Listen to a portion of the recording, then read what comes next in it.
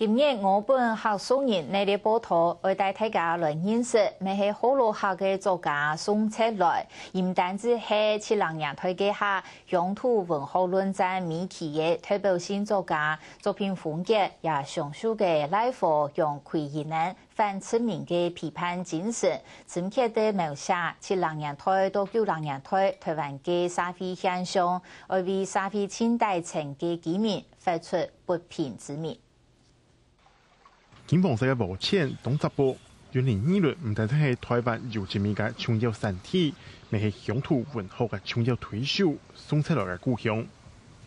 這些路都已經變太多了，像有一些已經找不到。本名廖維俊嘅宋策來係幾件好老化嘅接彎卡。雖然仔細是頭法語，含有好老化嘅環境度生法，本期唔記得自家嘅祖宗年。但是對自家故鄉接彎卡文化，還很有真強烈嘅認同感。有時候看到了招安的習俗出現的時候，我們就會歡呼，覺得非常愉快。你就會在那個地方會回到了那個原來的招安客的那個世界裡面去。這份對鄉土嘅情感，其實咪反映到佢嘅創作地位。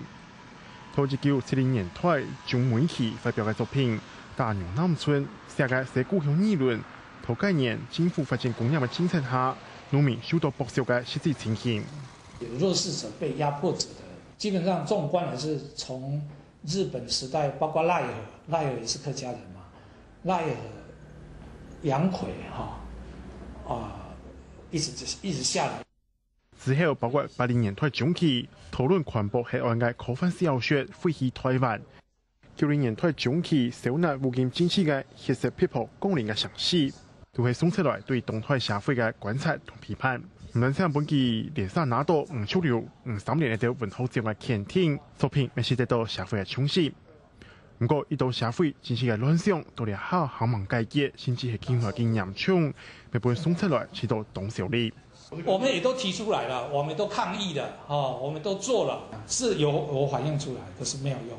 你說大牛南村寫了30-40年來了，果菜一直被剝削，到今天鄉郊問題還是這樣啊？對，哎呀，通通都是這個問題啊，有沒有改呢？也沒有改啊。雖然寫作無法度改變乜嘅，但是佢還係堅持創作，繼續用文字關心台灣嘅土地，用字當為你鬥爭，嚟記載復當年寫落嘅事蹟，寫宋策來嘅文學人生，生活嘅代表。